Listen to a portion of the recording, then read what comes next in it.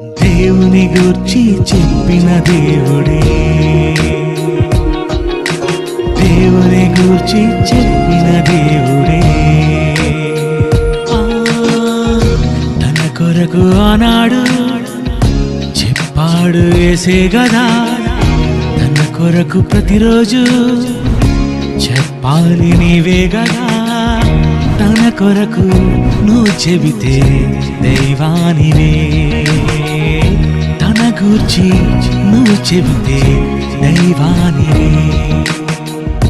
నీ కొరకు చూశాడు ఆ దేవుడే.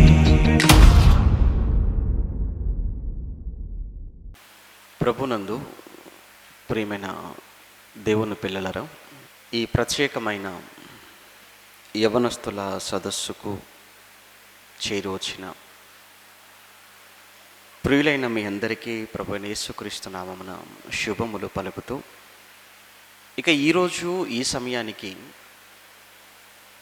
ముందుగానే పత్రికలో ప్రకటించిన పాఠం తల్లిదండ్రులను లేదా తండ్రిని అవమానపరిచిన తనయులు అనే ఒక ప్రత్యేకమైన విషయం మీరు చూస్తున్నారు. తండ్రిని అవమానపరిచిన తనయులు, తల్లిదండ్రులను అవమానపరిచిన తనయులు. ప్రియులరా, తల్లి తండ్రి మనకు జన్మనిచ్చిన వారుగా, మనల్ని కన్నవారుగా, పెంచినవారుగా, పెద్ద చేసిన వారుగా, మన కొరకు ఎప్పుడూ మంచి క్షేమాన్ని ఆలోచించేవారుగా మనకు తెలుసు. అటువంటప్పుడు వారికి దుఃఖం, వారికి శ్రమ, వారికి మన వలన బాధ, వారిని మనం అవమానపరిచి వారికి అవమానాన్ని కలిగించటం, అది చాలా దేవుని దృష్టిలో నేరమైనటువంటి కార్యం. అది బైబిల్లో ప్రత్యేకించి సొలొమోను గారు సామెతల గ్రంథంలో చాలా సంగతులు మాట్లాడుతుంటారు. ఒక మాట ఈ సమయంలో మీరు చూడగలిగితే, సామెతల గ్రంథం 10వ అధ్యాయం 1వ వచనంలో కానీ, సామెతల గ్రంథం 10వ అధ్యాయం 1వ వచనంలో, జ్ఞానము గల కుమారుడు తన తండ్రిని సంతోషపరచును, బుద్ధి లేని కుమారుడు తన తల్లికి దుఃఖము పుట్టించును అన్నాడు. జ్ఞానము గల కుమారుడు తండ్రికి సంతోషాన్ని కలిగిస్తాడు, బుద్ధి లేని కుమారుడు తల్లికి దుఃఖం పుట్టిస్తాడు. ఇక తల్లిదండ్రుల విషయంలో పిల్లలు ఎలా ఉండాలి అనేటువంటి వాటి గురించి ధర్మశాస్త్రములో దేవుడు మోషే గారికి ఇచ్చినప్పుడు కానీ, ఆ తర్వాత కీర్తనల గ్రంథంలో కానీ, సామెతల గ్రంథంలో కానీ చాలా కండిషన్స్ లేదా నిబంధనలను దేవుడు తెలియచేసినట్టుగా చూస్తుంటాం మనం.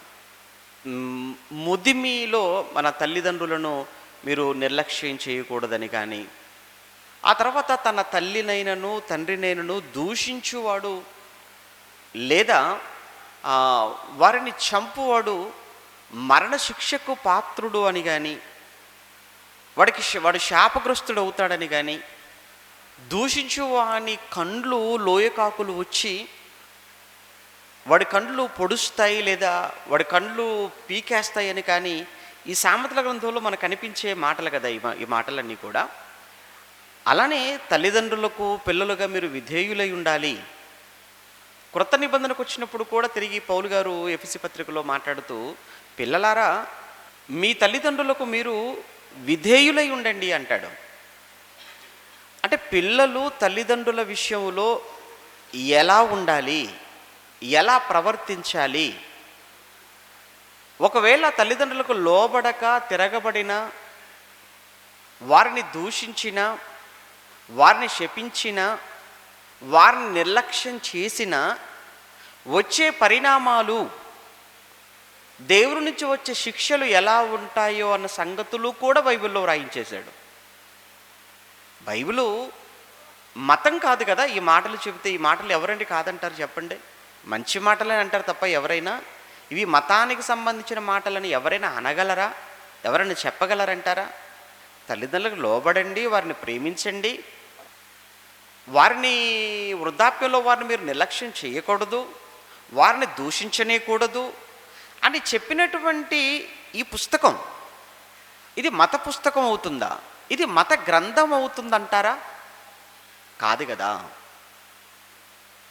కానీ అక్కడక్కడ ఈరోజు సమాజంలో ఎలా అయితే కొన్ని సంఘటనలు జరుగుతున్నావో, అనగా పిల్లలు తల్లిదండ్రులకు అవిధేయులుగాను, వారి మీదకి తిరుగుబాటు చేసిన వారుగాను, వారి మీద చేయి చేసుకున్నవారుగాను, ఆఖరికి వారిని చంపిన వారుగాను, వారికి అవమానాన్ని తీసుకుని వచ్చిన వారుగాను ఈరోజు సమాజంలో మనం ఎలా అయితే అక్కడక్కడ కొందరిని మనం చూస్తున్నామో, బైబిల్ చరిత్రలో కూడా అక్కడక్కడ కొందరు కన్న తల్లిదండ్రులను అవమానపరచినటువంటి వారుగా కనబడతారు. అవమానపరిచినటువంటి తనయులుగా ఉన్నారు కొంతమంది పిల్లలు. అయితే వారు అవమానపరచటములో జరిగినటువంటి కార్యక్రమాలు ఏంటో, తల్లిదండ్రులు వారిని అవమానపరచడానికి దారి తీసినటువంటి పరిస్థితులు ఏంటో మనకు అర్థమైతే మనము జాగ్రత్త పడతాం. అందుకే కదా చరిత్ర ఇప్పుడు ఎందుకు దేవుడు చరిత్రను బైబిల్లో పొందుపరిచాడు, చరిత్రను ఎందుకు వ్రాయించాడు అనే ఈ ప్రశ్నకు అనేక మార్లు మీరు విన్నారు సమాధానం. బుద్ధి కలుగుటకు వ్రాయించాను అని, బోధ కలుగు నిమిత్తము వ్రాయబడినవి అని పౌలు గారు రోమపత్రిక 15:4 కావచ్చు, కొరింథీ మొదటి పత్రిక 10:10 కానీ చెప్పినటువంటి మాట మీరు విన్నారు ఇప్పటికి ఎన్నో మార్లు. ఎందుకు చరిత్ర జరిగిన సంగతులను దేవుడు ఎందుకు వ్రాయించాడు అని అంటే, మనకు బోధ కలుగు నిమిత్తము అన్నాడు, బుద్ధి కలుగు నిమిత్తము అన్నాడు.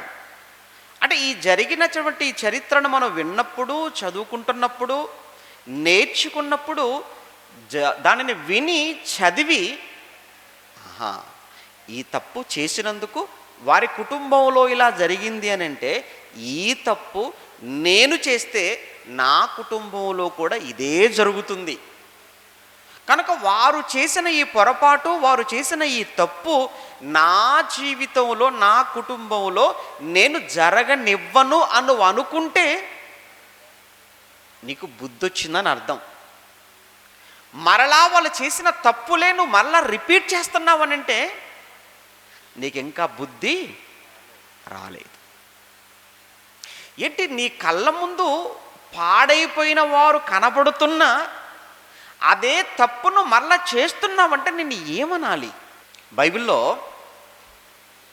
నిజంగా ఒక తండ్రిని చాలా దుఃఖపెట్టిన, అవమానాన్ని తెచ్చిన, ఆయనను అందరూ అసహించుకునే విధంగా చేసిన పిల్లలున్నారు.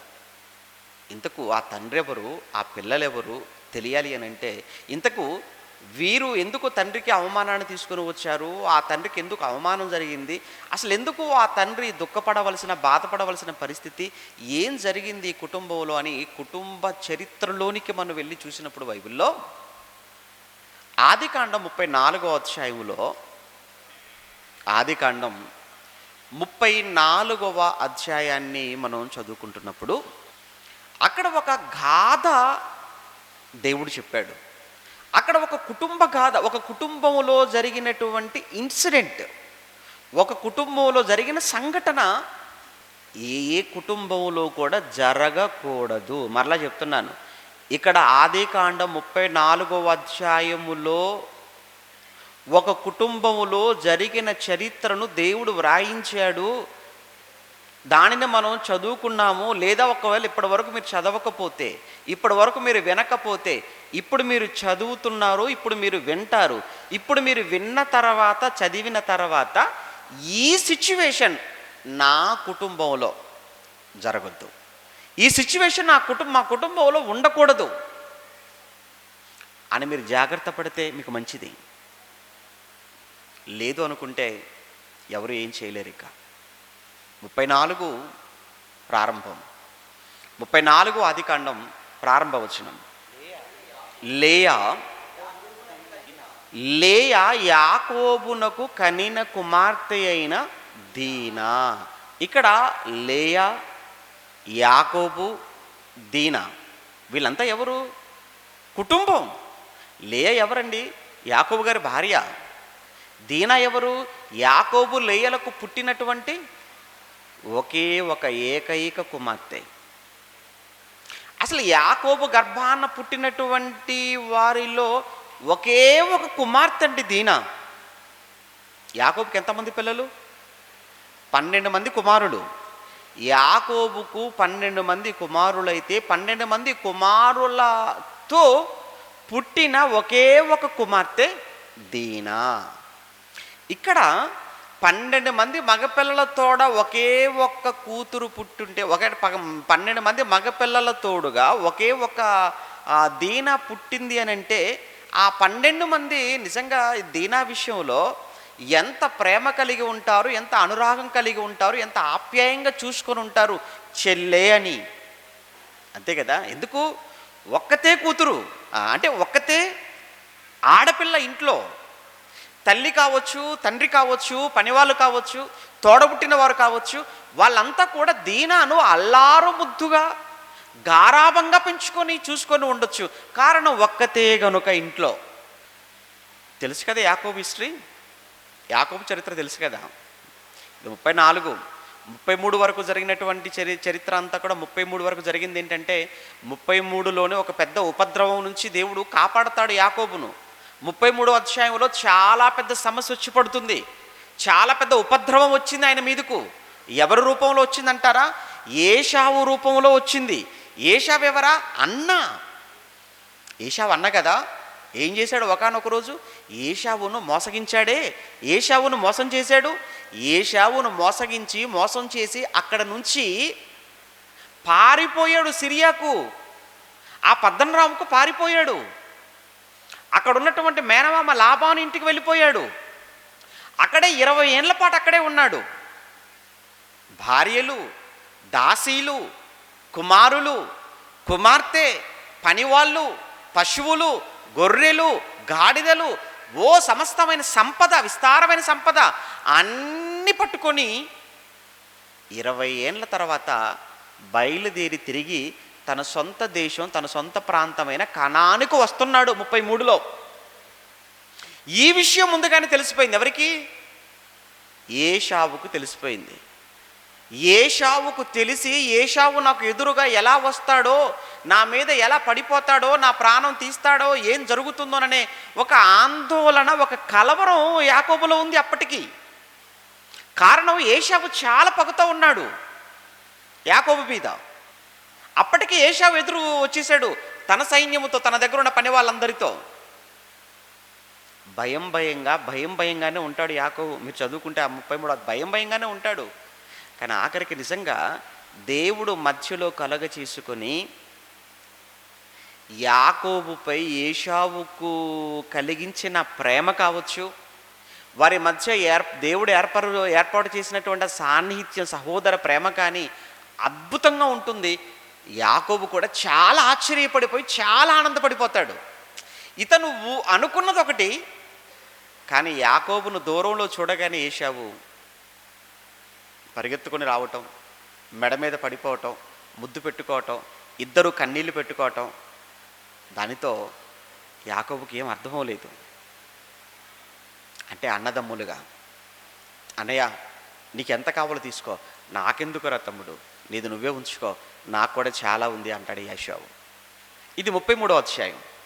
ఇంతటితో వారిద్దరి మధ్య ఉన్న శత్రుత్వం సమాధి అయిపోయి ప్రేమ అనే పునాది అక్కడ పడినట్టుగా మనం చదువుకుంటాం 33వ అధ్యాయంలో. అక్కడి నుంచి ఇక యాకోబు తన పిల్లలు కనానులో షెకెము అనేటువంటి ఊరికి చేరుకున్నారు. ఆ షెకెము అనే ఆ ఊరికి చేరుకొని ఆ షెకెములో గుడారాలు వేసుకొని అక్కడ నివాసం ఉంటున్నాడు తాత్కాలికంగా. అంటే ఇప్పుడు 34 ప్రారంభం మనకు అర్థం కావాలంటే దీని వెనక ఇది మీకు తెలిస్తే 34 అర్థమవుతుంది. ఇప్పుడు దీన్ని చెప్పింది మీరు మనసులో పెట్టి ఇప్పుడు 34 ప్రారంభం చదవండి. ఇప్పుడు 34 ప్రారంభం. లేయా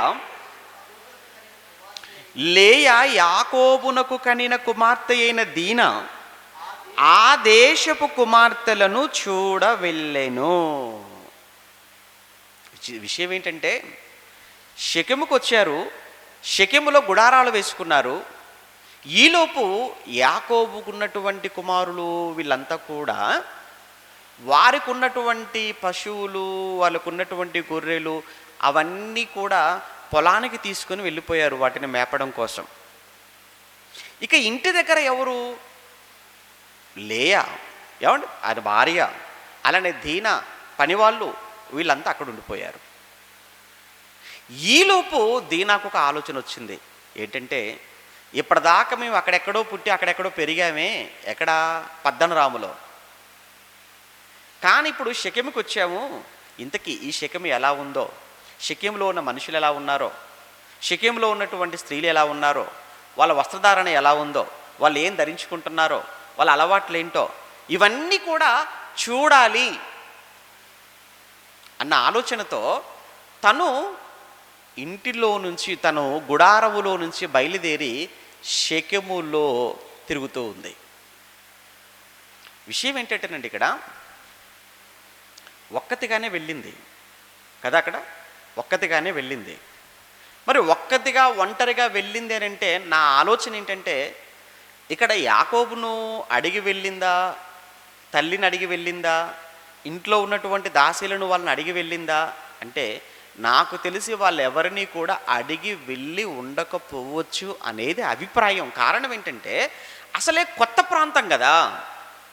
మరి కొత్త ప్రాంతం అయినప్పుడు ఆ ప్రాంతంలో ఉన్న పరిస్థితులు ఏమిటో అన్న సంగతి తెలియకుండగా ఆమె వెళ్ళిపోతుంది అని అంటే, ఖచ్చితంగా తండ్రికి చెప్పినా వద్దంటాడు, తల్లికి చెప్పినా వద్దంటుంది, ఇంట్లో ఎవరిని అడిగినా వాళ్ళు నో అంటారు. ఆ సంగతి తెలుసేమో. అందుకే ఎవరి అనుమతి లేకుండగానే, ఒకవేళ యాకోబుకి చెప్పిందా, యాకోబు ఒకవేళ వెళ్ళమంటాడా, ఒకవేళ తండ్రి వెళ్ళమనే ఒకవేళ చెప్పుంటే యాకోబు ఖచ్చితంగా తోడుకు మరొకరినిచ్చి పంపించేవాడేమో. ఒకవేళ తల్లిని అడిగి ఒకవేళ వెళ్ళుంటుందా, అయితే తల్లి దాసీలు చాలామంది ఉన్నారు, వాళ్ళలో ఎవరినో ఒకరినిచ్చి పంపించేదేమో. అంటే ఇక్కడ తను ఒంటరిగా వెళ్ళడాన్ని బట్టి చూస్తుంటే స్వేచ్ఛగా ఉండాలి, ఒంటరిగా వెళ్ళాలి, నా ఇష్టం. కొంతమంది పిల్లల్లో ఎక్కువగా వినిపించే కనిపించేటువంటి ధోరణి ఇదేనండి. నా ఇష్టమైనప్పుడు వస్తాను, నా ఇష్టమైన చోటుకి వెళతాను, నాకు ఇష్టమైన వారిని కలుస్తాను, నాకు ఇష్టమైన వాళ్ళతో మాట్లాడతాను, నాకు ఇష్టమైంది నేను చేస్తాను అనే నా ఇష్టం అనేటువంటి ఆలోచన, ఈ మాటలు యవనస్తులలో ఎక్కువగా మనం వింటుంటాం, చూస్తుంటాం. వాళ్ళు వెళ్ళేటప్పుడు చెప్పరు, వాళ్ళు మాట్లాడేటప్పుడు చెప్పరు, వాళ్ళు చేసేటప్పుడు చెప్పరు. ఎందుకు? ఈ పెద్దలు ఉన్నారే డైలాగులు కొడతారు కదా, ఈ పెద్దలు ఉన్నారే వీళ్ళు ఎప్పుడు ఇంతే, దేనికి ఒప్పుకోరు. అందుకే కావచ్చండి దీనా కూడా, ఈ పెద్దలు ఉన్నారే ఇంట్లో వీళ్ళకి చెబితే వాళ్ళు ఒప్పుకుంటారా? ఒప్పుకోరు. అందుకే నా ఇష్టం అనుకుంటూ వెళ్ళిపోయింది, అలా వెళ్ళిపోయింది. కానీ ఎప్పుడు కూడా మీరు ఒక విషయం గుర్తుంచుకోండి, పెద్దలు ఎప్పుడు మీ మేలే కోరుకుంటారు, మీ కీడు కోరుకునేవారు కారు మీ పెద్దలు. అందులో నీ తల్లి నీ తండ్రి కదా, నీ తల్లి నీ తండ్రి కన్నా నీ గురించి ఆలోచించే వాళ్ళు ఇంక అంతకన్నా ఎక్కువ ఎవరుంటారు? నీ తల్లి వద్దు అన్నదంటే ఆగిపోవాలి, నీ తండ్రి కూర్చో అంటే కూర్చుండిపోవాలి. ఎందుకు? వాళ్ళు నీ వయసు దాటుకొని వచ్చిన వాళ్ళు, లోకం గురించి అవగాహన ఉన్నవాళ్ళు, సమాజంలో పరిస్థితులు ఎలా ఉన్నాయో వాళ్ళకి తెలిసి కనుక, అన్నిటికంటే జీవిత అనుభవం వారికి ఎక్కువ నీకంటే. ఈ వయసు ఏంటో, ఈ వయసు చేసే ఏంటో, మోసం ఏంటో అది వాళ్ళకి తెలుసది. కానీ వయసులో ఉన్న పిల్లలు వారికన్నా పెద్దవారైనటువంటి వాళ్ళు చెప్పే మాటలు ఎవరండి వింటారు? మీరు వింటారన్న నమ్మకంతో పెట్టాం, కానీ మీలో ఎంతమంది వింటారో మాకైతే తెలియదు. అందరైతే ఖచ్చితంగా వినరు, అందరూ అయితే వినరు, కొందరైనా వింటారేమో.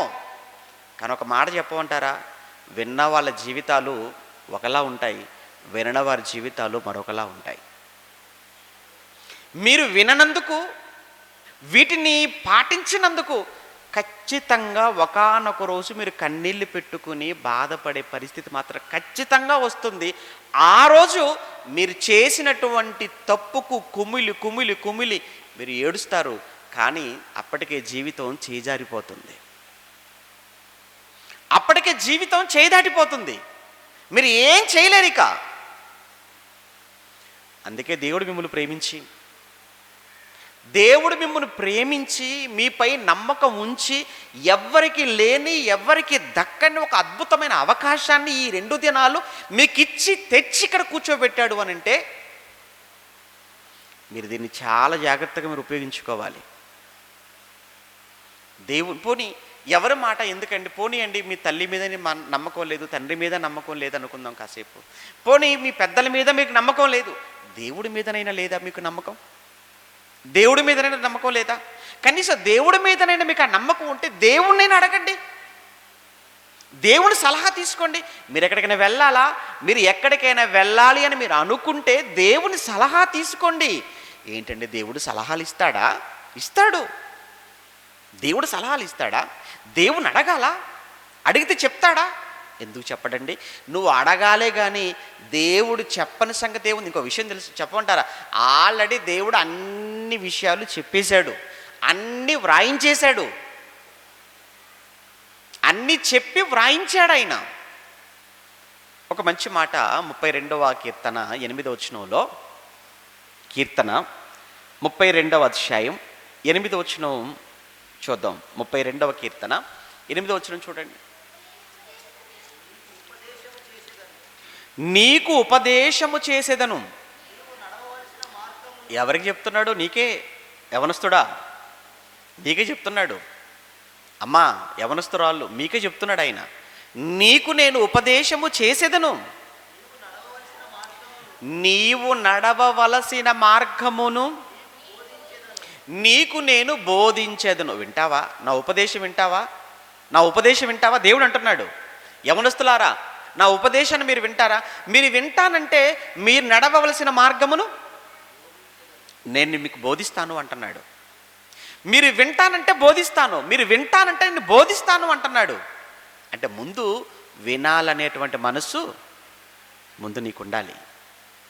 వినాలనే ఆ మంచి మనసు నీకుంటే దేవుడు చెబుతాను అంటున్నాడు, దేవుడు చెబుతాను అంటున్నాడు, చెప్పేశాడు. దేవుడు చెబుతాడండి. ఇంకో మంచి మాట, యెషయా గ్రంథం 30వ అధ్యాయాన్ని కూడా మీరు చూడగలిగితే, యెషయా గ్రంథం 30వ అధ్యాయం 2వ వచనం, యెషయా గ్రంథం 30వ అధ్యాయం 2వ వచనంలో, వారు నా నోటి మాట, ఏమండి యూదులైన వారు నా నోటి మాట విచారణ చేసి కాదు చేయక అన్నాడు. అంటే వారు నా మాట వినక అంటున్నాడు.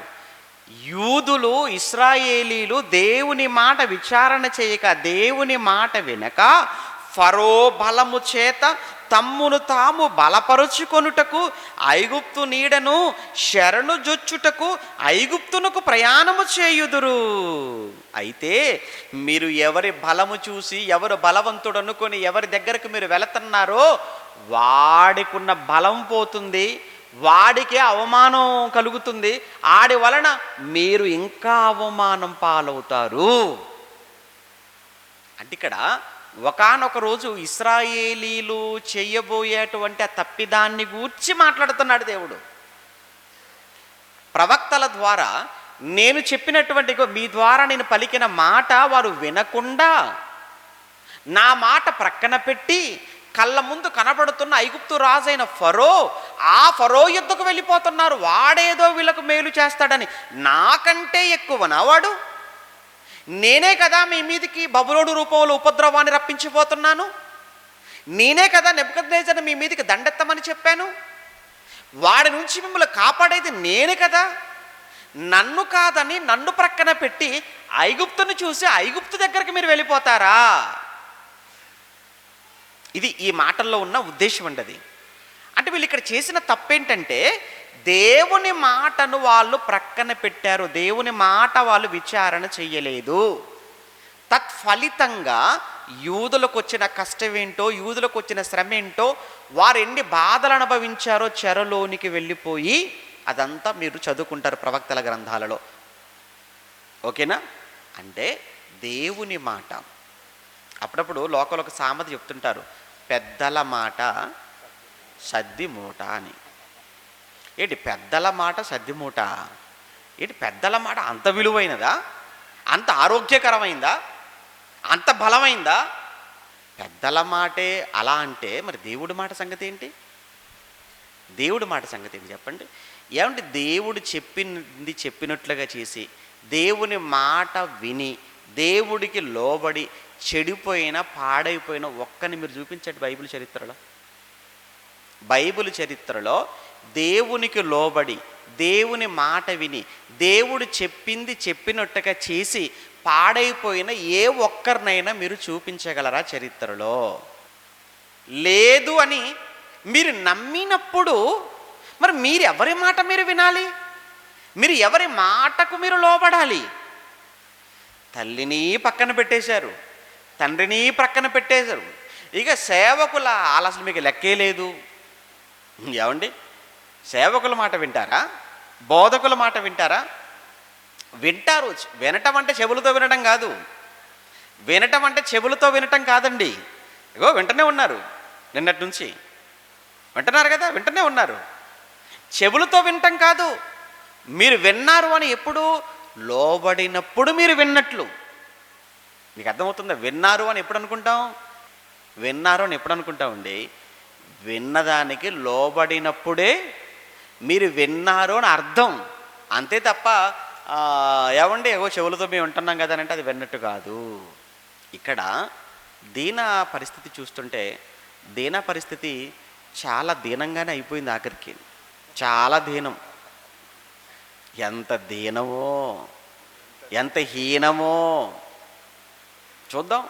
ఎందుకు ఆమె పరిస్థితి అలా అయిపోయింది? ఆమె వలన ఆఖరికి యాకోబు తండ్రికి ఏం మిగిలింది, అన్నలకేం మిగిలింది, కుటుంబానికి ఏం మిగిలింది, ఆఖరికి అసలు చరిత్ర అంతా కూడా ఏమైంది? మళ్ళీ వెళ్ళిపోదాం.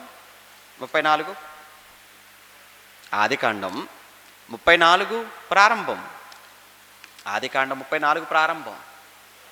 లేయ యాకోబునకు కనిన కుమార్తె అయిన దీనా ఆ దేశపు కుమార్తెలను. ఏమండి, కుదురుగా ఉండటం ఇష్టం ఉండదండి కొంతమందికి. కుదురుగా కూర్చోవటం ఉండదు. మీరు చూడండి, జనరల్గా సీరియల్ ముందు కుదురుగా కూర్చుంటారు కదా. సీరియల్ ముందు చాలా కుదురుగా కూర్చుంటారు. చాలా కుదురుగా అంటే అస్సలు ఎంత సైలెన్స్గా ఉంటారో, ఎంత శ్రద్ధగా ఉంటారో. ఏ డైలాగు మిస్ అయిపోకూడదు, మరలా ఏ సీన్ కూడా మిస్ అవ్వకూడదు. వాళ్ళ ఇంట్లో పిల్లలు కూడా ఎవరిని అరిచారనుకోండి గట్టిగా కొట్టేస్తారు. నాకేమనిపించింది అంటే, చర్చికి వస్తారు కదండి, అన్ని చోట్ల మందిరానికి వస్తారు, పిల్లల్నండి వదిలేస్తారండి. అంతేనండి, తల్లులు పిల్లలను వదిలేస్తారు చర్చిలో. ఆడు ఎగురుతుంటాడు, తిరుగుతుంటాడు, ఏడుస్తుంటాడు, అరుస్తుంటాడు. అదే నువ్వు టీవీ ముందు కూర్చున్నప్పుడు వాడిని ఎగురుతుంటే నువ్వేం చేస్తావు? అంటే నువ్వు టీవీ ముందు కూర్చున్నప్పుడు వాడు ఎగిరినా మాట్లాడినా అల్లరి చేసిన పిచ్చి కోపం వచ్చేసి లాగొక్కడ కొడతావే. మరి చర్చికి వచ్చినప్పుడు ఏమైంది ఆ శ్రద్ధ? ఇది చర్చి కదా కదా. సభలకు వచ్చినప్పుడు ఏమైంది? కొంతమంది ఉంటారు అసలు ఇక్కడికి వచ్చి వాళ్ళతో ఆడుకుంటూ ఉంటారండి. వాళ్ళని చూస్తుంటే నాకు ఇంకా బీపీ మహా ఇదైపోద్ది. ఏంటి ఇక్కడికి వచ్చి ఆడుకుంటుంటారు వాళ్ళతో? అందుకే వచ్చారా? వాళ్ళతో ఆడుకోవడానికి వచ్చారా ఇక్కడికి? ఇంట్లో సరిపోలేదా? ఇంట్లో పాపం మీ ఆయన నీతో ఆడుకున్నాడేమో, అందుకే ఇక్కడ నువ్వు వీటితో ఆడుకుంటావా? కొంతమంది ఉంటారు కదండి, స్వేచ్ఛ ఉండదు పాపం ఇంట్లో. భర్త వలన టార్చర్ అనుభవిస్తుంటారు. తప్పు కదండి. మందిరమునకు పోవునప్పుడే జాగ్రత్తగా అంటాడు. మీకు తెలుసు కదా ఆ మాట. మందిరమునకు పోవునప్పుడే జాగ్రత్తగా అంటే పోయిన తర్వాత ఇంకెంత జాగ్రత్తగా ఉండాలి చెప్పండి. వెళ్ళేటప్పుడే జాగ్రత్తగా అని చెప్పాడంటే వెళ్ళిన తర్వాత ఇంకెంత టెన్షన్గా ఉండాలి. మీరు వచ్చేటప్పటికే చాలా జాగ్రత్తగా రావాలి ఇక్కడికి. ఇక వచ్చిన తర్వాత అన్నీ మర్చిపోయి, అందరినీ మర్చిపోయి, దేవుణ్ణి, వాక్యాన్ని, ఇక్కడ జరుగుతున్న దాని మీద తప్ప మీ మనసు ఒక క్షణం కూడా ఎటు వెళ్ళడానికి లేదు. మరలా ఇక్కడికి వచ్చి అన్ని జ్ఞాపకం చేసుకొని అందరితో మాట్లాడుకుంటే, ఆడుకుంటూ, తిరుక్కుంటూ ఏమైనా బాగుంటుందో చెప్పండి? ఇన్ని ఏమంటారంటే కుదురుగా ఉండరు అన్నమాట. పిల్లలు, కొంతమంది పిల్లలండి మహా మహా మహా ముదుర్లు, మామూలు ముదుర్లు కాదు. అసలు ఏమంటే చర్చికి వచ్చింది మొదలు అయిపోయేంత వరకు ఒక్కడు చేసి అల్లరండి. ఎంతమంది విచిత్రం ఏంటో కానీ అలా తిరుగుతూనే ఉంటారు పిల్లలు, అల్లరి చేస్తూనే ఉంటారు, ఎవ్వరు పట్టించుకోరండి. మరలా కొన్ని సభలకు వెళ్ళినప్పుడు ఎంత ఇబ్బంది అనిపిస్తుంటుందంటే, ఆడ అలా అల్లరి చేస్తూనే ఉన్నాడు, తిరుగుతూనే ఉన్నాడు.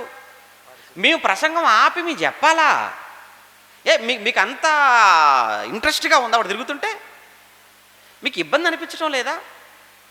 మీరు వచ్చిన ఉద్దేశం ఏంటి? మీరు ఎంత కష్టపడి వచ్చారు, ఎంత శ్రమపడి వచ్చారు, ఎన్ని వదులుకొని వచ్చారు?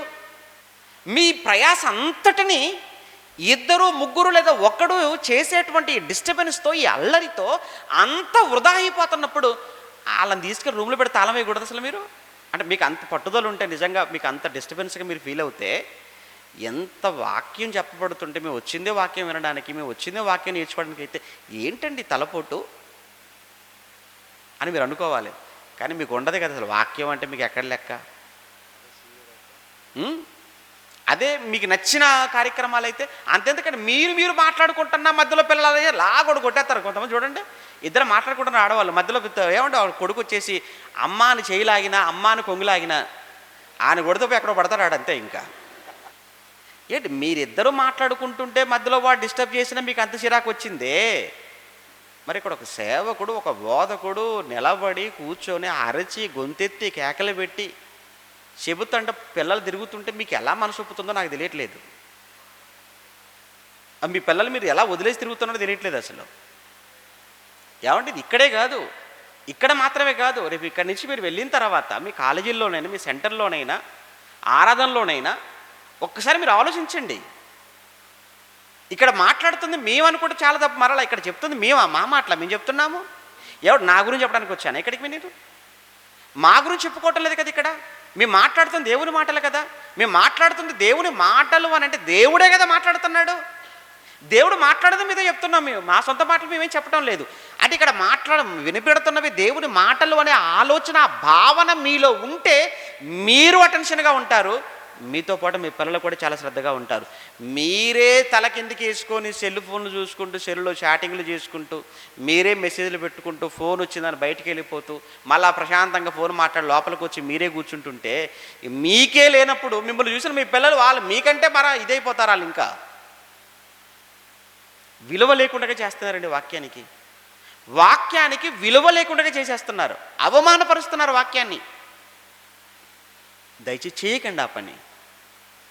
వచ్చారు అప్పటికే ఏశావు చేతిలో నుంచి ఎవరిని తప్పించబడి ప్రాణాలు అరచేతులు పెట్టుకొని, అమ్మాయి దేవుడు ఒక పెద్ద ప్రమాదంలో నుంచి, ఒక పెద్ద ఉపద్రవంలో నుంచి నన్ను, మా కుటుంబాన్ని అంతటిని కూడా దేవుడు కాపాడాడు అని ఇంట్లో గుడారంలో ఉంటూ వాక్యాన్ని ఏమండి తండ్రి దగ్గరనో తల్లి దగ్గరనో వాళ్ళందరినీ కూర్చోబెట్టుకొని దేవుడు చేసిన అద్భుతాలను, కార్యాలను గురించి వాళ్ళు మాట్లాడుకుంటూ, పాటలతో దేవుని స్తుతిస్తూ, దేవుని మహిమపరుస్తూ ఉండవలసిన దీన ఇవన్నీ పక్కన పెట్టి షెకెము ఎలా ఉందో వెళ్ళి చూసి రావాలి. ఇప్పుడు నువ్వు చూడకపోతే ఏమవుతుందో? షెకెము ఎలా ఉందో చూసి రావాలి. ఇప్పుడు కొంతమంది వస్తారండి, ఈ ఊర్లో ఏమంటారు, ఈ ఊర్లో చూడవలసినవి, ఈ ఊర్లో ఫేమస్ ఏంటి అడుగుతుంటారండి. ఎక్కడికైనా వెళ్తే మీ ఊర్లో కొండారెడ్డి బురుజే, ఏ ఊరికి వెళితే ఆ ఊర్లో అడుగుతారు కదా. కొంతమంది ఏమంటారంటే ఈ ఊరు స్పెషల్ ఏంట్రా అని అడుగుతుంటారు. ఈ ఊరు స్పెషల్ ఏంటి? తిండి. ఈ ఊర్లో చూడదగినవి ఏమైనా ఉన్నాయా? ఎందుకు వెళ్తావా దీనిలాగా? సైట్స్ ఇన్ ప్లేసెస్ అంటే చూడదగినటువంటి ఆ సైట్స్ ఏమైనా ఉన్నాయా? పాపం ఈ ఈవిడ కూడా ఎవరు దీనా కూడా షెకెము కొత్త ప్రాంతం అయ్యేటప్పటికీ అసలు కొత్త ప్రాంతంలోనికి 10 మందితో వెళ్ళాలంటే అందులో ఆడపిల్ల కదండి, వెళ్ళాలంటేనే భయం. అందులో ఒంటరిగా అంటే ఏంటి ధైర్యం, ఏంటి ఒంటరిగా అంటే ఏంటి ధైర్యం? తల్లి అనుమతి లేదు, తండ్రి అనుమతి లేదు. ఎందుకంటే తల్లి తండ్రికి ఎందుకు చెప్పలేదంటే వాళ్ళు ఎలాగో నో అంటారు, వాళ్ళు ఎలాగో వద్దంటారు కనుక, వాళ్ళు ఎలాగో వద్దంటారు కనుక, వాళ్ళు ఎలాగో ఒప్పుకోరు కనుక నేనే వెళ్ళిపోతాను. వెళ్ళిపోయింది. విచిత్రం ఏంటంటే ఈమె తన ఇష్టం చొప్పున షెకెమును చూడటానికి వెళ్ళింది, షెకెము అనే పట్టణాన్ని చూడటానికి వెళ్ళింది, షెకెము పట్టణాన్ని చూడటానికి వెళ్ళింది. ఏమండి ఆ చూపులు లోకం చూడటానికి వెళ్ళింది కదా. షెకెం పట్టణం అంటే లోకం చూడటానికి వెళ్ళిందండి. ఏముంటుందండి లోకంలో? జనరల్గా మీరు చెప్పండి, లోకంలో ఏముంటుంది? లోకంలో ఏముంటుందో చెప్పమంటారా? శరీరాశ, నేత్రాశ. అదే కదా యోహాను మొదటి పత్రిక 2వ అధ్యాయం 16వ వచనం. యోహాను మొదటి పత్రిక 2వ అధ్యాయం, యోహాను మొదటి పత్రిక 2వ అధ్యాయం 16వ వచనం. లోకములో ఉన్నదంతయు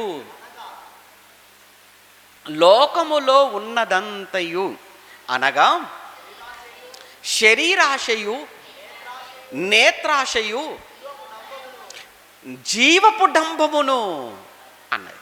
అంటే లోకములో ఉన్నదంతా 3 మాటల్లో చెప్పండి అని అంటే అంతేనా? లోకములో ఉన్నదంతా 3 మాటల్లో చెప్పండి. అప్పుడప్పుడు కూడా అరే పాఠం అంతా ఒక 3 మాటల్లో చెప్పురా అని మీరు అంటారు కదా. ఎందుకంటే మరి చాలా బిజీ అయ్యారు మరి.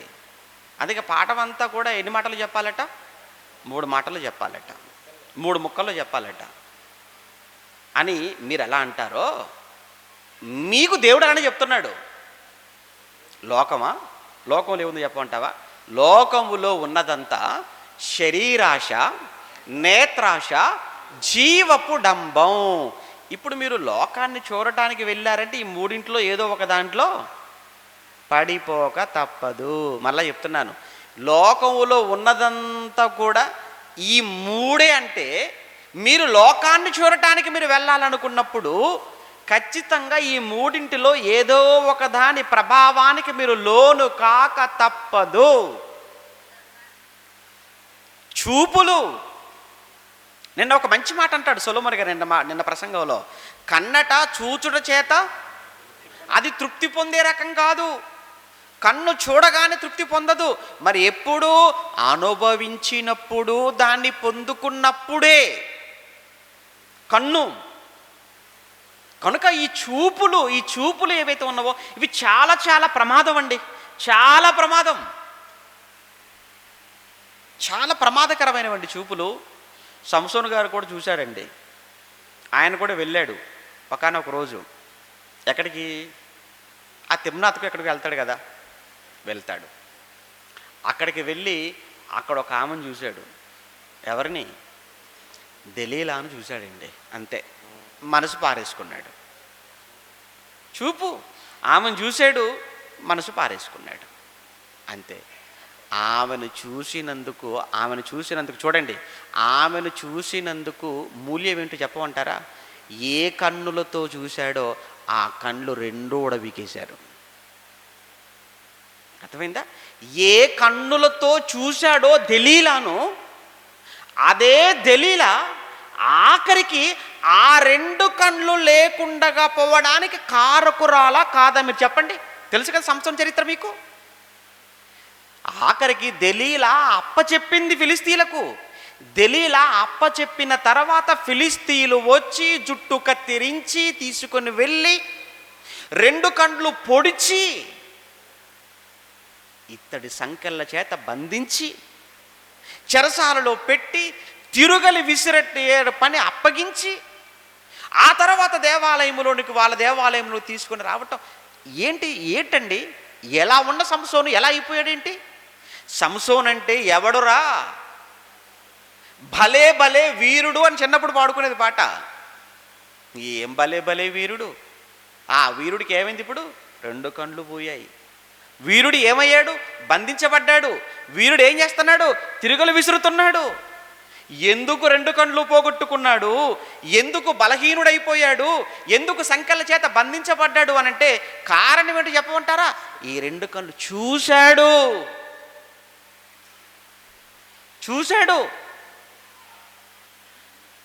ఇంకా చెప్పమంటారు? చూపులో ఏముందంటారా? చూపులో ఏమి లేదంటారు? చూపులతో మనిషిని చంపొచ్చు. అందుకే కదా చూపులతో. చూసారా? నేను చూపులతో అనగానే నెక్స్ట్ అందుకుంటున్నారు చరణం, పల్లవ అందుకుంటున్నారు. అదే బైబిల్లో ఒక రెఫరెన్స్ చెప్పగానే అందుకుంటారా, తర్వాత తీసినా చదవటం రాదు మనకు. ఇది ఎక్కడుంది, ఏ పుస్తకంలో ఉండే అని అడుగుతారు. అధ్యాయం ఏదో ఉండే అంటారు. అదేం చెప్పక వచ్చిన కూడా ఏదో ఉండే కదా, మర్చిపోయాను. అంత అబద్ధమే. కానీ చూసారు, ఇక్కడ చూపులతో అనగానే నెక్స్ట్ కోరస్ అందుకుంటూనే ఉన్నారు మీరు. ఎంత లోకంలో ఉన్నారండి, ఎంత లోకమాయలో. దావీదు గారి జీవితం కూడా తెలుసా అండి? దావీదు గారి జీవితం పాడైపోవటానికి కూడా దావీదు గారి జీవితం అన్ని విషయాల్లో చాలా పర్ఫెక్ట్గా ఉన్నాడండి. నిజంగా దావీదు ఈజ్ ఎ వండర్ఫుల్ మ్యాన్ అండి. ఆయన నిజంగా చాలా అద్భుతమైన వ్యక్తి, దేవునికి ఇష్టడు, దేవుడు సాక్ష్యం ఇచ్చాడు ఆయన కోసం. కానీ దావీదు అన్ని విషయాలలో బాగున్న ఒకే ఒక్క విషయంలో దావీదు తప్పు చేశాడు. దావీదు ఆ తప్పు చేయటానికి కారణం ఏంటో చెప్పమంటారా? దావీదు తప్పు చేయడానికి కారణం ఏంటో చెప్పమంటారా? చూశాడు. అవునా?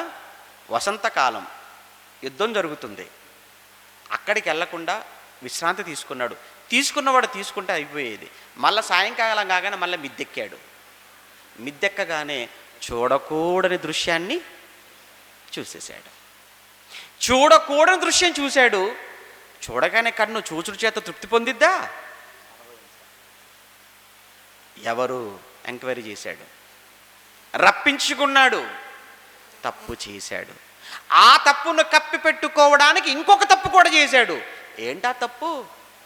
తన భర్తను కూడా చంపించేశాడు, ఊరియాను కూడా చంపించేశాడు. ముందు వ్యభిచారిగా మారాడు తప్పు చేసి, నెక్స్ట్ భర్తను చంపి హంతకుడైపోయాడు. హంతకుడుగా మారటానికి కానీ, హంతకుడుగా ముందు వ్యభిచారిగా మారటానికి కానీ ముందు ప్రారంభమైంది ఏంటి?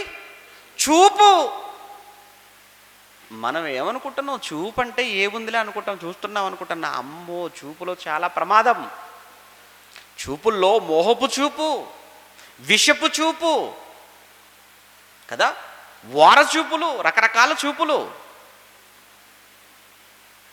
ఇక్కడ కూడా లేయా చూడటం కోసమని వెళ్ళింది షెకెములో ఉన్న స్త్రీలు ఎలా ఉన్నారు, షెకెములో ఉన్న పురుషులు ఎలా ఉన్నారు, షెకెము పట్టణం ఎలా ఉంది, అంతా తిరిగి చూసి ఎంజాయ్ చేద్దాం అనుకుని వెళ్ళింది. ఈమె పట్టణాన్ని చూడటానికి వెళ్ళింది. ఈమె పట్టణాన్ని ఏం చూసిందో ఏమోలే కానీ ఈమెను మాత్రం ఒకడు చూశాడు. జరిగిన విచిత్రం ఏంటి చెప్పంటారా?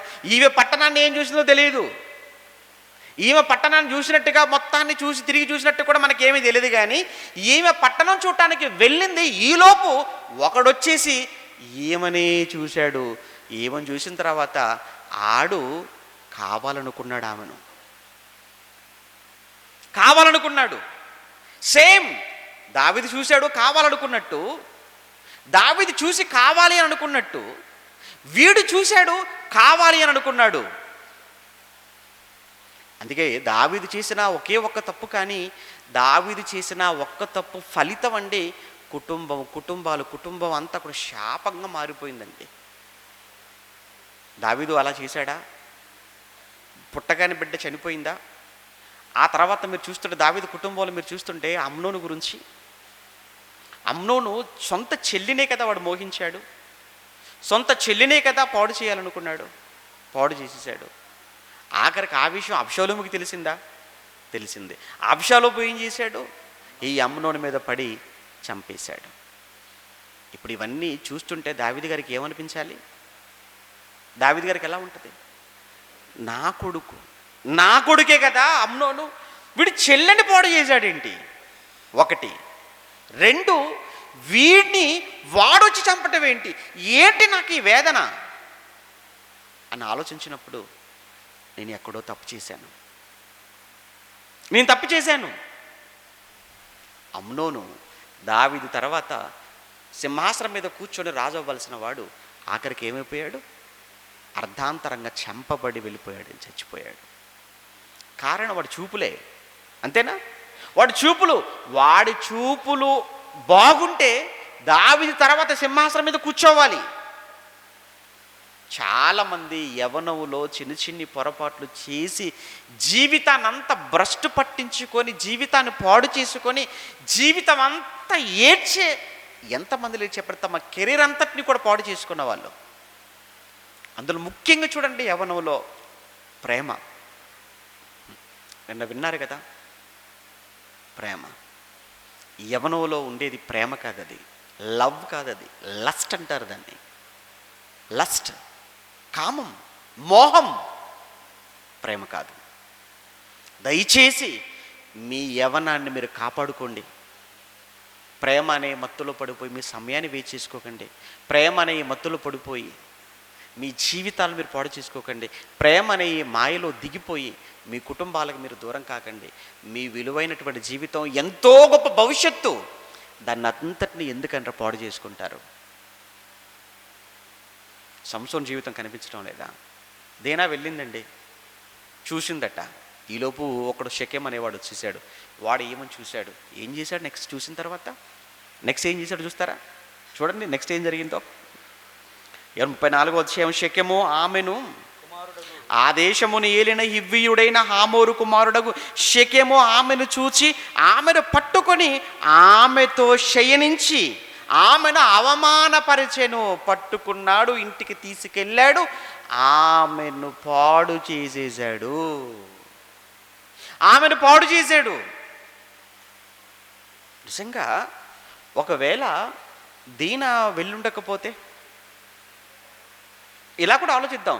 దీన గుడారములో నుండి తల్లి తండ్రి దగ్గరనే ఉండుంటే, ఒకవేళ తల్లిదండ్రులను విడిచి ఒకవేళ తను ఒంటరిగా బయటికి వెళ్ళి ఉండకపోతే, వాడు చూసేవాడు కాదు. వాడు చూసేవాడే కాకపోతే వాడు ఎత్తుకెళ్ళేవాడే కాదుంటే పాడైపోయేదే కాదు కదా దీన జీవితం.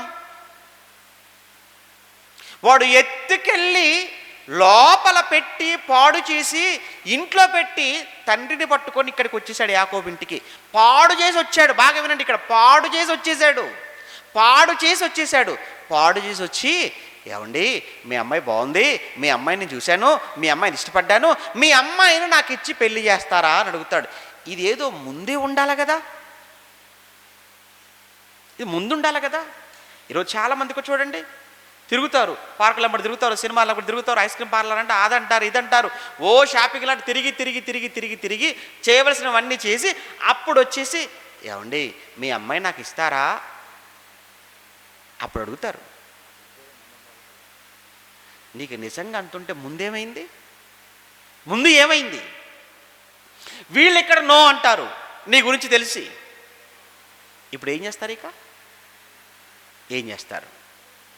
జరిగినవన్నీ జ్ఞాపకం చేసుకొని, చేసిన తప్పిదాలన్నీ జ్ఞాపకం చేసుకొని, ఇక్కడ వీళ్ళు ఒప్పుకునేటట్టుగా లేరు, అలా అని ఇక్కడ ఉండేటట్టుగా లేదు, కలిసి చావటమే బెటర్ అనుకొని చచ్చిపోతున్న వాళ్ళు ఎంతమంది లేరు చెప్పండి? అవసరం అండి ఇవన్నీ. మనం క్రైస్తవులం, జ్ఞానాన్ని కలిగిన వారం, జ్ఞానం చెప్పేవాళ్ళం. పాడైపోతున్న ఈ సమాజాన్ని బాగు చేసే వాళ్ళం మనమే పాడైపోతే ఎలా చెప్పండి? ఇక మనమే పాడైపోతే ఎలా? వచ్చేసి అడుగుతున్నారండి. ఈ విషయం యాకోబుకి తండ్రికి చెప్పగానే యాకోబు చాలా షాక్ అయిపోయాడు. కొంగు తిన్నాడు అని అంటారు చూసారా, చాలా షాక్ అయిపోయాడు. మౌనంగా ఉండిపోయాడు, ఏం మాట్లాడలేకపోతున్నాడు. ఎందుకంటే వీళ్ళు వచ్చేసేమో వీళ్ళు సున్నతి సంబంధులు, వారు వచ్చేసేమో అన్యులు. అబ్రహాముతో ప్రారంభమైంది కదా సున్నతి, అబ్రహాం నుంచి వచ్చే సంతానం కదా ఇదంతా కూడా. వాళ్ళేమో అన్యులుగా ఉన్నారు. ఎలా సాధ్యం? అందులో వీడు పాడు చేసేసాడు. అప్పటికి ఏం చేయాలి అని మౌనంగా ఉండి, పొలానికి వెళ్ళినటువంటి కాపరులుగా వెళ్ళినటువంటి తన కుమారులు వచ్చేంత వరకు ఎలా ఉన్నాడో తెలుసా? అక్కడ 34వ అధ్యాయం మీరు చదువుతుంటే, అక్కడ 34వ అధ్యాయంలో 34:5 వచనం. తన కుమార్తెను అతడు చెరిపెనని యాకోబు విని తన కుమారులను పశువులతో పొలములో ఉండినందున వారు వచ్చే వరకు ఊరకుండెను. ఏం మాట్లాడలేదండి. అవును అని చెప్పలేదు, కాదు అని చెప్పలేదండి. జరిగిన విషయాన్ని తలపోసుకుంటూ, జరిగిన విషయాన్ని తలుచుకొని బాధపడుతూ అలా ఉండిపోయాడండి ఆయన. ఆ తర్వాత 6వ వచనంలో, షెకెము తండ్రియగు హమోరు యాకోబుతో మాట్లాడుటకు అతని యొద్దకు వచ్చెను. యాకోబు కుమారులు ఆ సంగతి విని పొలములో నుండి వచ్చిరి. అతడు యాకోబు కుమార్తెతో శయనించి ఇశ్రాయేలు జనములో అవమానకరమైన కార్యము చేసెను. అది చెయ్యరాని పని గనుక ఆ మనుషులు సంతాపము పొందిరి. ఏ మనుషులు? అన్నలు, దీన అన్నలు చాలా బాధపడుతున్నారట. ఎందుకంటే అది చాలా వివాహము కాక మునుపు, పెళ్ళికి మునుపు మా చెల్లిని వాడు ఎత్తుకొని వెళ్ళి ఇంట్లో పెట్టి పాడు చేసి అమాయకుడులాగా, ప్రేమ కలిగిన వాడుగా, ఎంతో ప్రేమికుడుగా మరలా వచ్చి సంబంధం అని చెప్పి మాట్లాడుతుంటే భరించలేకపోతున్నారు, తట్టుకోలేకపోతున్నారండి. ప్రేమ అంటే కోరిక తీర్చుకోవటమా? ప్రేమ అంటే చూసారా, ముందు కోరిక తీర్చుకున్నాడు, ఇప్పుడు ప్రేమ అంటున్నాడు. మీకు అర్థమవుతుందా? ముందు కోరిక తీర్చుకున్నాడు, ఇప్పుడు వచ్చి ఏమంటున్నాడు? ప్రేమ. ఇది తెలిసి చాలా సంతాపపడ్డారట, చాలా బాధపడ్డారట. ఎందుకంటే ఇది చాలా అవమానకరమైన కార్యక్రమం. ఇది చాలా అవమానాన్ని తెచ్చే కార్యక్రమం. ఇశ్రాయేలీయులలో ఎవరు సహించని చాలా పెద్ద శిక్ష, భరించలేని బాధ. ఒకవైపు తండ్రి, మరోవైపు అన్నలు, మరోవైపు తల్లి. ఇంట్లో ఈ పరిస్థితి తెలిసిన తర్వాత ఎలా ఉంటుంది మీరు చెప్పండి. జనరల్గా మీరు ఆలోచించండి. ఒకవేళ మన కుటుంబంలో ఇలాంటిది ఏదైనా వింటే ఎలా ఉండాలి చెప్పండి. ఏంటండి మీ అమ్మాయిట అనంటే ఎలా ఉండాలి? వివాహానికి ముందు జరిగిన ఆ ఘోరాన్ని వచ్చి తల్లి తండ్రిని అందరినీ కూర్చోబెట్టి ఈ విషయం చెప్తే ఎలా ఉంటుంది చెప్పండి. ఏ తల్లి గుండె ఆగుతుంది? ఏమండి, ఏ తండ్రి గుండె పగిలిపోతుంటారు. అన్నలకు కట్టలు తెచ్చుకుంటుందండి ఆగ్రహం, కోపం. అప్పుడు వాళ్ళు ఏమన్నారు తెలుసా? అప్పుడు హమోరు వారితో, షెకెమను నా కుమారుని మనసు మీ కుమార్తెని మీద దయచేసి ఆమెను అతనికి ఇచ్చి పెళ్లి చేయండి, మీ పిల్లలు మాకేమండి. చూసి ఎంత పెద్ద డైలాగ్లో మాట్లాడుతున్నారు అని అంటే, హమోరు వచ్చేసి, ఏమయ్యా యాకోబు, మీ పిల్లలు మాకివ్వండి, మా పిల్లలు మీరు తీసుకోండి, మనం ఒకటైపోదాం, కలిసిపోదాం.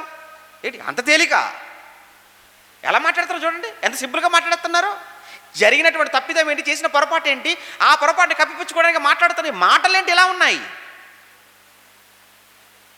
అదేదో అంతకే ఒకవేళ నచ్చిందా, అంతకే ఒకళ్ళు ఇష్టపడ్డారా, వచ్చి మాట్లాడుకునే విధానం వేరుగా ఉంటుంది కదా.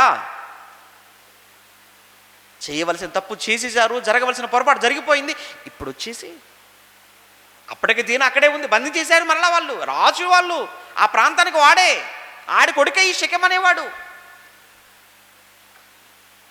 ఈ మాట విన్న తర్వాత వీళ్ళు ఏమన్నారో తెలుసా?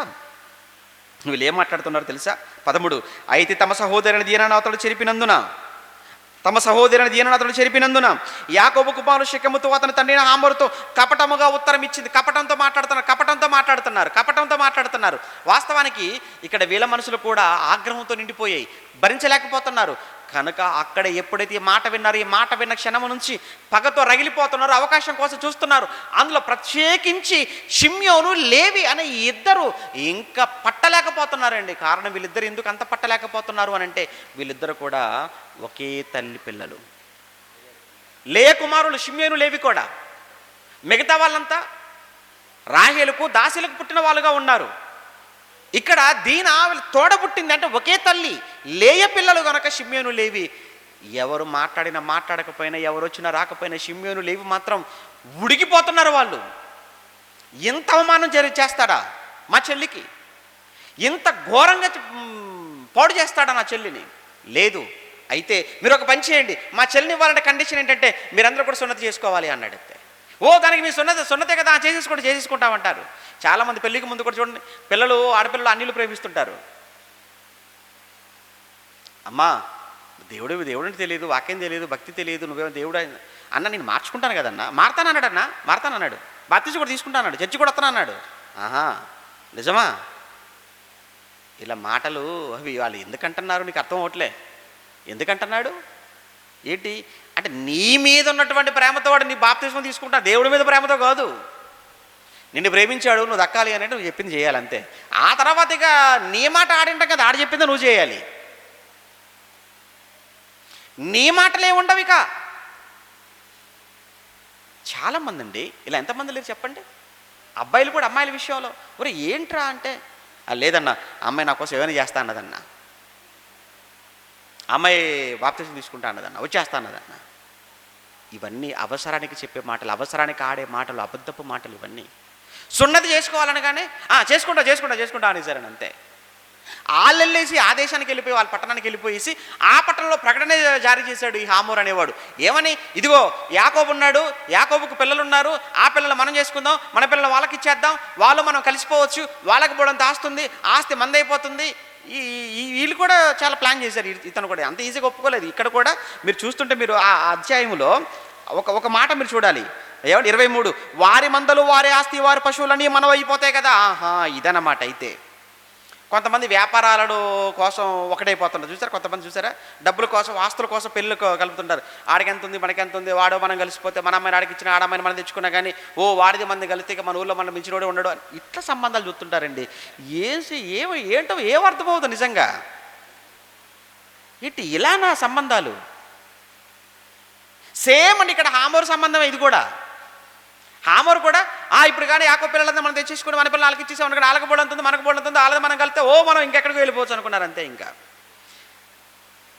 అలా అనుకోగానే ఆ మాట నమ్మేశారు నిజంగా. కొంతమంది ఆల్రెడీ అప్పటికి వెళ్తూ మా గవిని దగ్గరనే సున్నతి కూడా చేసుకున్నారంటే చాలామంది. వీడు కూడా వచ్చేసాడు. ఇంకేంది, దీనాతో చెప్తున్నాడు, దీనా ఇంట్లోనే ఉంది. దీనా గుడ్ న్యూస్ ఏంటంటే, ఇగో మీ అన్నలంతా ఒప్పుకున్నారు, మీ నాన్న ఒప్పుకున్నాడు, నేను సున్నతి చేసుకుంటే నాకు ఇచ్చేస్తానన్నారు, నేను కూడా సున్నతి చేసేసుకున్నాను చెప్పేస్తాడు. ఇంట్లోనే ఉందన్నమాట. అప్పటికి బందీ చేశాడు అనేసాడండి. ఇలా వీళ్ళందరూ కూడా మొత్తానికైతే సున్నతి కార్యక్రమం జరిగిపోతుంది. సున్నతి కార్యక్రమం జరిగింది మొదటి రోజు, రెండో రోజు, 3 రోజులు. ఇంకే సున్నతి కార్యక్రమం జరిగిన తర్వాతనండి కాస్త అంత సిక్కయి ఉన్నారు, నీరసంగా ఉన్నారు, బలహీనలుగా ఉన్నారనే సంగతి ఇక్కడ ఉన్నటువంటి షిమ్యోను లేవికి తెలిసిపోయింది. ఇదే అవకాశం అనుకున్నారు, ఇదే అతను అనుకున్నారు అంతే. ఇంకా కత్తులు పట్టుకుని షెకెము పట్టణములోనికి వెళ్ళి దొరికిన వాణ్ణి దొరికినట్టుగా ఊచకోత కోసేశారు. మగవాళ్ళని అందరినీ కత్తులతో చంపుకుంటూ వెళ్ళిపోయారు. ఆఖరికి షెకెము వాడిని కూడా, చెల్లెని పాడు చేసిన వాడిని చంపేశారు, తండ్రిని చంపేశారు, మగవాళ్ళని పురుషులు అందరినీ చంపేశారు. ఈ విషయం యాకోబుకు తెలియదండి. ఈ విషయం యాకోబుకు తెలియదు. వెళ్ళిపోయిన విషయం, చంపిన విషయం తర్వాత కానీ, జరిగిన తర్వాత కానీ తెలియలేదు. జరిగిన తర్వాత కానీ తెలియలేదు. ఎంత నష్టం, ప్రాణ నష్టం. ఏమంటే ఎంతమంది పురుషులు భర్తలను పోగొట్టుకున్న వాళ్ళు ఉన్నారు ఇప్పుడు అక్కడ షెకెములో ఎంతమంది భర్తలను పోగొట్టుకుని ఎంతమంది విధవరాండ్రుగా మారిపోయారు. ఎంతమంది పిల్లలు తండ్రులను పోగొట్టుకున్నారు. తండ్రులను పోగొట్టుకున్న పిల్లలుగా, భర్తలను పోగొట్టుకున్నటువంటి విధవరాండ్రుగా, ఏమంటే పిల్లలను పోగొట్టుకున్నటువంటి తల్లిదండ్రులుగా, పిల్లలకు దూరం చేశారు, తల్లిదండ్రులకు దూరం చేశారు, భార్యలకు దూరం చేశారు, ఆస్తిని దోచుకున్నారు, పట్టణాన్ని అంతటినీ అల్లకొల్లం చేసేశారు, కాల్చిపడేశారు పట్టణాన్ని అంతటినీ కూడా. ఇదంతా జరిగింది కేవలము దీనా ఏం చేసింది, కుదురుగా లేకుండా, ఒక చోట ఉండకుండా, తిన్నగా ఉండకుండా నేను షెకెము పట్టణాన్ని చూసి వస్తానని వెళ్ళిపోయింది. తత్ఫలితంగా ఎంత నష్టం జరిగిపోయిందో చూసారా. తండ్రి దుఃఖం, అన్నలు హంతకులు, షెకెములో జరిగిన ప్రతి దానికి కారణము దీనా కాక ఇంకెవరిని అంటారు చెప్పండి. అందరూ అక్కడ ఎవరిని ఆరిపోసుకుంటారు ఇప్పుడు, అందరూ ఎవరిని తిట్టుకుంటారు ఇప్పుడు. అంతా దీనా నువ్వు చేసిందే, దీనా నువ్వు చేసిందే, దీనా నువ్వు చేసిందే, నీ వల్లనే కదా మీ నాన్న దుఃఖపడుతున్నాడు, నీ వల్లనే కదా మీ అన్నలు కత్తులు పట్టుకున్నారు, నీ వల్లనే కదా మీ అన్నల హంతకులుగా మారిపోయారు, మీ వల్లనే కదా షెకెం పట్టణం అంతా రక్తం ఏరులే పారింది, మీ వల్లనే కదా అక్కడ ఎంతోమంది ఆడవాళ్ళు భర్తలు పోగొట్టుకున్నారు, దీనా నువ్వు చేసిన దాని వల్లనే కదా అక్కడ ఎంతోమంది పిల్లలు తండ్రులు పోగొట్టుకున్నారు, నువ్వు చేసిన దాని వల్లనే కదా అక్కడ ఎంతోమంది తల్లిదండ్రులు తమ పిల్లలు పోగొట్టుకున్నారు. అయ్యో దీనా, ఎంత పని చేశావమ్మా, ఎంత పని చేశావు తల్లి. కొన్ని సంవత్సరాల క్రితం అండి న్యూస్ మీరు వినే ఉండొచ్చు. తమిళనాడులో అబ్బాయి ఇద్దరు ప్రేమించుకున్నారు. అబ్బాయి తక్కువ కులం వాడు, అమ్మాయి పెద్ద కులం. మొత్తానికి 2 కుటుంబాల మధ్య గొడవలు అయ్యాయి. 2 కుటుంబాల మధ్య ఉన్న ఈ గొడవలు ఆఖరికి 2 గ్రామాలను తగలబెట్టుకునే పరిస్థితికి వెళ్ళిపోయింది. 2 గ్రామాలే కాల్చేశారు. మొట్టమొదటగా ఈ అమ్మాయి తరపున వాళ్ళు వాళ్ళ ఇంటి మీద పడ్డారు. వాళ్ళ ఇంటి మీద పడుతున్న సమయంలో ఆ ఊరిలో ఉన్న వాళ్ళు వచ్చి అడ్డుకున్నారు అని ఊరికే నిప్పంటించేశారు. ఆ తర్వాత వాళ్ళు ఊరుకుంటారు, అబ్బాయి తరపు వాళ్ళు. వీళ్ళంతా ఒక్కటైపోయి అమ్మాయి ఊరు మొత్తాన్ని కూడా వాళ్ళు కాల్చేశారు. ఇది తమిళనాడులో జరిగిన యథార్థ సంఘటన. ఎంత దూరం తీసుకెళ్ళిపోయింది? యువకుల మధ్య ప్రేమ 2 కుటుంబాలను దహించి వేసింది. 2 కుటుంబాలతో పాటు 2 గ్రామాలను కూడా కాల్చిపడేసింది. ఈరోజు దీనా చేసిన పని, గుడారంలో ఉండకుండా, తల్లిదండ్రులతో పాటు ఉండకుండా, నేను పట్టణాన్ని చూస్తాను అని వెళ్ళి పట్టణాన్ని చూసింది. ఈలోపు శకుము ఏమని చూశాడు? బలవంతంగా తీసుకెళ్ళిపోయాడు, పాడు చేశాడు. తర్వాత పెళ్లి కోసం అని వచ్చి మాట్లాడుతున్నాడు. ఇది చాలా అవమానకరమైన కార్యముగా వాళ్ళు చాలా ఫీల్ అయిపోయారు. రాత్రి మీరు విన్నారు కదా, సహోదరులు తమ్ముడు మాణిక్యం చెప్పిన పాఠంలో, న్యాయాధిపతుల గ్రంథ చరిత్రలో కూడా మీరు 19, 20, 21 అధ్యాయాలు మీరు చదువుతున్నప్పుడు అక్కడ కూడానండి, లేవి వంశస్థుడు ఒకడు ఎఫ్రాయిము మన్యానికి వచ్చి అక్కడ తలదాచుకున్న సమయంలో అతను ఉపపత్నిని బెన్యామీను దేశంలో నుంచి వచ్చినటువంటి కొంతమంది ఆకతాయిలు కదా, ఆకతాయిలే కదా, అల్లరి మూకలు అని రాయబడుతుంది. వాళ్ళు వచ్చి ఆమెను బలవంతంగా బయటికి లాగి తెల్లవార్లు ఆమెను పాడు చేస్తూనే ఉంటే తెల్లవారేసరికి శవంగా మారిపోయింది. ఆ తర్వాత భరించలేక భర్త ఆవేశాన్ని ఆపుకోలేక 12 ముక్కలుగా చేసి అన్ని గోత్రాల వారికి పంపించేశాడు. ఇది చూసిన తర్వాత ఇశ్రాయేలీలలో ఒక్కొక్కరిలో రక్తం మరిగిపోయింది. ఎవరు చేశారు? ఇదిగో బెన్యామీనులో పలానా గుంపు చేశారు అని 11 గోత్రాలు అన్నీ ఒక్కటైపోయాయి. వాళ్ళు ముందే వార్నింగ్ ఇచ్చారు. మీ దేశంలో మీ గోత్రంలో చేసిన ఎవరు చేశారో, ఎవరు అల్లరిముక్క ఎవరెవరైతే పాడు చేశారో వాళ్ళు మాకు అప్పగించారా? సరే, వాళ్ళు మాకు అప్పగించండి. నో, మేము అప్పగించాం అని నేరస్తులకు, అత్యాచారం చేసిన వాళ్లకు, పాడు చేసిన వాళ్ళను వెనకేసుకొచ్చినందుకు, వాళ్ళని సమర్థించినందుకు, వాళ్ళని అప్పగించినందుకు 11 గోత్రాలు ఒకవైపు, ఒక గోత్రం బెన్యామీను గోత్రం మరొక వైపు వెళ్ళిపోయి ఈ 11 ఈ ఒక గోత్రం వీళ్ళిద్దరి మధ్య జరిగిన యుద్ధములో 1,00,000 మందికి పైగా ప్రాణాలు పోగొట్టుకున్న పరిస్థితి. అంటే వీళ్ళంతా ఎవరంటే ఒకే తండ్రి పిల్లలు కాదా? వీళ్ళంతా ఇశ్రాయేలు కదా, యాకోబు సంతానం కాదా వీళ్ళు? మీరు ఏమనుకుంటున్నారు? ప్రేమ అనగానే ఏమండి చిన్నదే కదా అని మీరు అనుకోవచ్చు. చిన్ని తప్పులు, చిన్ని పొరపాట్లు జీవితాన్ని ముంచేస్తాయి. చిన్నివే కదా అని మీరు అనుకుంటే ఈ చిన్న తప్పులు, ఈ చిన్ని పొరపాట్లు మీ జీవితాంతం మిమ్మల్ని వెంటాడుతూనే ఉంటాయి. ఈ చిన్నవే కదా అని మీరు అనుకుంటే మీ జీవితాన్ని చీకటిమయంలోనికి తీసుకుని వెళ్ళిపోతాయి. నిన్ను కన్న తల్లికి, తండ్రికి, తోడబుట్టిన వారికి, నా అనుకున్న వారికి మీరు ఆఖరికి మిగిల్చేది కన్నీళ్లు తప్ప, రోదన తప్ప, బాధ తప్ప మరి ఏమీ ఉండదు. ఇక ఆఖరికి మీరు వెనకకి తిరిగి చూసుకుంటే మిమ్మల్ని నవమాసాలు మోసినందుకు, కన్నందుకు, పెంచినందుకు, పెద్ద చేసినందుకు, మిమ్మల్ని ప్రయోజకరంగా చూడాలనుకున్నందుకు ఆఖరికి మీరు వారికి ఇచ్చిన బహుమానం ఏంటి?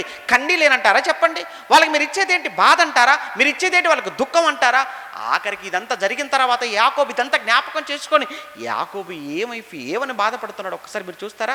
34వ అధ్యాయం అండి. అదే ఆదికాండం 34వ అధ్యాయం 30వ వచనాన్ని మీరు చూడగలిగితే, అప్పుడు యాకోబు షిమ్యోనును లేవీను చూచి మీరు నన్ను బాధ పెట్టి ఈ దేశ నివాసులైన కనానీయులలోను, పెరిజ్జీయులలోను అసహ్యునిగా చేసి తిరిగదా. అంత ఎవరి పిల్లలండి వీళ్ళు? ఎవరి పిల్లలండి? దీనా ఎవరి పిల్లండి? షిమ్యోనులేవి ఎవరి పిల్లలు? పలానా యాకోబు గారి పిల్లలు. అబ్బబ్బబ్బ, గొప్ప పేరే ఉండయ్యా యాకోబుకి. ఎవరండి ఆ దీనా? ఏంటండి ఆ అమ్మాయికి ఒక హద్దు అదుపు లేదా? అమ్మాయి ఒంటరిగా ఎలా బయటికి వెళ్తుందండి? అమ్మాయి యొక్క వస్త్రధారణ ఎలా ఉందండి? అమ్మాయి చూపులేంటండి ఎలా ఉన్నాయి అని అందరూ అనుకున్నారు. తర్వాత దీనా వలన యాకోబుకి ఏముంది చెప్పండి? ఓదార్పు ఏమీ లేదు. ఆడపిల్లలుగా మీరు ఇంటిలో నుంచి మీరు బయటికి వెళుతున్నారు. ఒక్కసారి మీరు బయటికి వెళుతున్నది ఎందుకు? ఒక్కసారి మీరు ఆలోచించండి.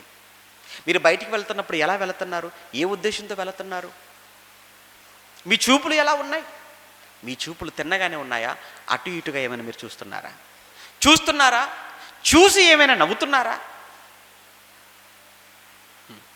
ఎందుకు? మనసులు పాడు చేస్తున్నారు ఈరోజు. మనసులు పాడు చేసే సినిమాలు, పాటలు. మీరు చూడటమే ఎక్కువ అంటే అబ్బాయిల వైపు మీరు చూసి నవ్వారు అనుకోండి, ఇంకా అయిపోయినట్టే. మీరు చూడటమే ఎక్కువ. ఆడు నువ్వు చూసినందుకే వాడు తెగ ఫీల్ అయిపోతుంటాడు. ఆడు ఎక్కడో ఆకాశంలో వివరిస్తుంటాడు. ఇక నువ్వు నవ్వేవా అనుకో, ఇంక అయిపోయినట్టే. అందుకే ఒక పాట ఉండేది, అమ్మాయే సన్నగా అరనవ్వే నవ్వగా మంచాన్న పడి ఏమొగొట్టుకున్నాడట. అమ్మాయి సన్నగా ఉన్న అమ్మాయి అట పూర్తిగా కూడా నవ్వలేదట, అరనవ్వేనట. ఈ అరనవ్వుకే వీడు మంచాన పడి గిలగలు కొట్టుకున్నాడు, పక్షవాతం వచ్చిన వాళ్ళలాగా. మతి తప్పి మంచాన పడిపోయాడట. ఇక నిజమేనా? ఇక మొత్తం నవ్వితే గుండె ఆగిపోయేది వాడికి. అందుకే చూడొద్దా? ఎందుకు చూడాలి? సంఘానికి మీరు వచ్చారా? సంఘానికి మీరు వస్తేనండి, సంఘంలో మనకున్న రిలేషన్స్ ఏంటో తెలుసా? వృద్ధులైతే, పెద్దవాళ్ళైతే దేవుడు ఏమని పిలవమని తెలుసా? పౌలు గారు తిమోతికి రాస్తాడు, పెద్దలైతే తండ్రి తల్లి. మీ సంఘంలో మీకన్నా పెద్దలుగా ఎవరైతే ఉంటారో వాళ్ళని మీరు అమ్మ అని పిలవండి, నాన్న అని పిలవండి. మీకన్నా చిన్నవాళ్ళ తమ్ముడు అని పిలవండి, చెల్లి అని పిలవండి. మీకంటే పెద్దవాళ్ళ అన్న, అక్క. ఈ రిలేషన్స్ తప్ప సంఘాలలోకి వచ్చిన తర్వాత వేరే ఏ విధమైన బావా, బామర్ది, అమ్మాయి, మీరు సంఘానికి వచ్చిన తర్వాత అసలు ఇవేవి లేవు. దయచేసి మీరు ఒక్కసారి ఆలోచించండి. మీరు ఎందుకంటే మీరు చేసే పొరపాట్లు కేవలం అవి మీకే కాదు కదా. మిమ్మల్ని నమ్ముకొని, మీ మీద ఆధారపడ్డా, మీపై ఎన్నో ఆశలు పెట్టుకున్నా, మీ గురించి కలలు కంటున్నా మీ వెనకాల ఎంతమంది లేరు చెప్పండి. ఒక్కసారి మీరు ఆలోచించండి. మీరు తప్పు చేసే ముందు మీ వెనక ఎంతమంది మిమ్మల్ని నమ్ముకున్న వాళ్ళు ఉన్నారో, ఒక్కసారి మిమ్మల్ని నమ్ముకున్న వాళ్ళు ఎంతమంది ఉన్నారో అన్నది మీకు జ్ఞాపకం వస్తే గజగజ వనకాలండి. అంతే. ఇంకా భయం. యాకోబు పేరు చెడగొట్టేశారండి. యాకోబు పేరు చెడగొట్టేశారు. ఎవరు? కూతురు. ఒక్కతే కూతురు అనుకుంటే ఆ కూతురు చెడగొట్టేసింది. ఆ తర్వాత షిమ్యోను, లేవి అన్నలుగా వెళ్ళి వీళ్ళు యాకోబును తల ఎత్తుకోకుండా చేసేసారంటే తండ్రికి అవమానాన్ని కలిగించిన తనయులు. షెకెము పట్టణమంతా ఊచ కోతకు, షెకెము పట్టణమంతా రక్తం, షెకెము పట్టణమంతా అవయవాలు తెగిపడిపోతున్నాయి. ఆ షెకెము పట్టణమంతా శవాల దిబ్బగా మారిపోయిందనంటే ఒకానొక సమయంలో దీనా చేసినటువంటి పొరపాటు కదా. మీరు చేసే తప్పిదం, మీరు చేసే పొరపాటు అది నీకే కాదు, నీ తల్లిదండ్రులకే కాదు, నీ తోడబుట్టిన వారికే కాదు, ఈరోజు నువ్వు వెళుతున్న సంఘాలకు కూడా, నువ్వు వెళుతున్న సంఘాలకే కాదు, నువ్వు నమ్మిన క్రీస్తుకు, నువ్వు నమ్మిన దేవుడికి, నువ్వు చేతపట్టుకున్న బైబిలుకు ఇంతమందికి అవమానం తీసుకొస్తావా? ఒకనాడైతే యాకోబు పిల్లలు యాకోబుకి అవమానాన్ని తీసుకొని వచ్చారు. కానీ ఈరోజు క్రైస్తవుడుగా నువ్వు చేసే తప్పుకు క్రీస్తును కూడా రోడ్డు మీదకి లాగుతున్నారు మతశాంతసవాదులు. అవునా కదా చెప్పండి? ఈరోజు క్రైస్తవులు చేసే తప్పిదాలకు ఈరోజు బయట ఉన్నటువంటి కాచుకొని ఎవరు గోతికాడ నక్కలాగా కాచుకొని కూర్చున్నారండి మత ఛాందస్వాదులు. ఏ చిన్న అవకాశం దొరుకుతుందా, ఎవడు ఎక్కడ దొరుకుతాడా, క్రైస్తవులైన వారు ఏదైనా తప్పు చేసినట్టుగా, పొరపాటు చేసినట్టుగా సాక్ష్యాధారాలతో కనబడితే దానిని సోషల్ మీడియాలో పెట్టి వీళ్ళ దేవుడు చూడండి, వీళ్ళ బైబిల్ చూడండి, వీళ్ళు వెళుతున్న సంఘాలు చూడండి, వీళ్ళు ఇంతే అన్న మాటలు అంటున్నప్పుడు క్రీస్తు ఏమైపోతాడు చెప్పండి పరలోకంలో? దేవుడు ఏమైపోవాలి చెప్పండి? సంఘం ఏమైపోవాలి చెప్పండి? సంఘానికి తాళాలు వేయాలా మీ గురించి? సెంటర్స్ అన్ని మూయబడాలా మీ గురించి? కళాశాలకు తలుపులు వేయాలా మీ గురించి చెప్పండి? మీరు చేసేటువంటి తప్పిదాలు, మీరు చేసే ఈ పొరపాట్లు, దావీదు బత్షెబతో ఎంతకాలం అండి? మహా అయితే గంట, అరగంట సుఖం. కానీ ఆ తర్వాత ఎంతకాలం శిక్ష అనుభవించాడు, ఎంతకాలం బాధ అనుభవించాడు చెప్పండి? జీవితకాలం అంతానండి మనోవేదన. దావీదుకు జీవితకాలం అంతా మనోవేదన, దుఃఖం. ఇంతమంది చరిత్రలు మీరు చదువుకుంటూ వింటూ కూడా మరలా మీరు తప్పు చేయాలి అని మీరు అనుకొని సిద్ధపడుతున్నారు అని అంటే ఇక మిమ్మల్ని ఎవడు ఏమి చేయలేడు. దేవుడి చేతిలో పడ్డారు, ఇక దేవుడు మిమ్మల్ని నలిపివేయక తప్పడు. దయచేసి వినండి, మీరు ఆలోచించండి. ఒకనాడు వీరు కన్నవారినే అవమానపరిచినట్టుగా కనపడ్డారు చరిత్రలో. కానీ ఈరోజు మనం కన్నవారినే కాదు, సంఘాలున్నాయి, మనకు సంఘాలు ఉన్నాయి. మనం నమ్మిన క్రీస్తున్నాడు, ప్రాణం పెట్టినవాడు, మన పట్టుకున్న బైబిల్ ఉంది, మన కోసం కన్న తండ్రి ఉన్నాడు పరలోకంలో. ఇంతమందికి అవమానమా? ఇంతమందిని అవమానపరిచేవాడుగా ఉండాలా నేను? అందుకే క్రైస్తవ కుటుంబాలు చాలా జాగ్రత్తగా ఉండండి. క్రైస్తవ కుటుంబాలలో తల్లి తండ్రి అయినా, పిల్లలైనా, యవనస్తులు ముఖ్యంగా అందరూ మీరు చాలా అలర్ట్గా ఉండాలి. దీనా లోకాన్ని చూడాలనుకుంది, కానీ ఒకవేళ దీనా లోకాన్ని చూడకుండా నిజంగా దేవుణ్ణి చూసుంటే ఎంత బాగుండేదండి. దేవుణ్ణి చూసుంటే నిజంగా యొఫ్తా కుమార్తె గురించి చదువుతున్నప్పుడని చాలా ఆనందం వేస్తుంటుందండి. యొఫ్తా మొక్కుకున్నాడండి, కానీ నువ్వు మొక్కుకున్నందుకు నేనెందుకు దానికి లోపడాలని మాత్రం అనలేదండి. నీది కదా నాన్న మొక్కు, నాకు సంబంధం ఏందని అనలేదండి. నాన్న నాకు కొంచెం సమయం ఇస్తావా చెప్పమ్మా అని తన చెలికత్తెలు తీసుకొని, తనతో పాటు ఉన్న వారిని తీసుకొని కొండ మీదకి వెళ్ళి తన కన్యత్వం గురించి ప్రలాపించింది. తండ్రి తీసుకున్న నిర్ణయానికి కట్టుబడి ఉంది. ఏమండి ఎంత చక్కగా ఉందని చూసారు యొఫ్తా కుమార్తె, ఎంత చక్కగా లోపడిందండి. కానీ దీనా చూడండి, దీనా పరిస్థితి చూడండి, దీనా జీవితం చూడండి ఏమైపోయిందో, ఈ కుటుంబం చూడండి ఏమైపోయిందో. ఆ తర్వాత దీనా ఏమైపోయింది? ఇంకేమి చెప్పలేదు దేవుడు, ఏమి రాయించలేదు ఆమె చరిత్రిక. అందుకే ప్రభువునందు ప్రియమైన దేవుని పిల్లలారా, మీ విశ్వాసమునకు కర్త, దాన్ని కొనసాగించేవాడు యేసు. యేసు వైపు చూశాడు. నీ కన్నులు చూడాలి, దేన్ని చూడాలి తెలుసా? వాక్యాన్ని చూడండి, వాక్యం చూడాలి, దేవుని చూడండి, వాక్యాన్ని చూడండి.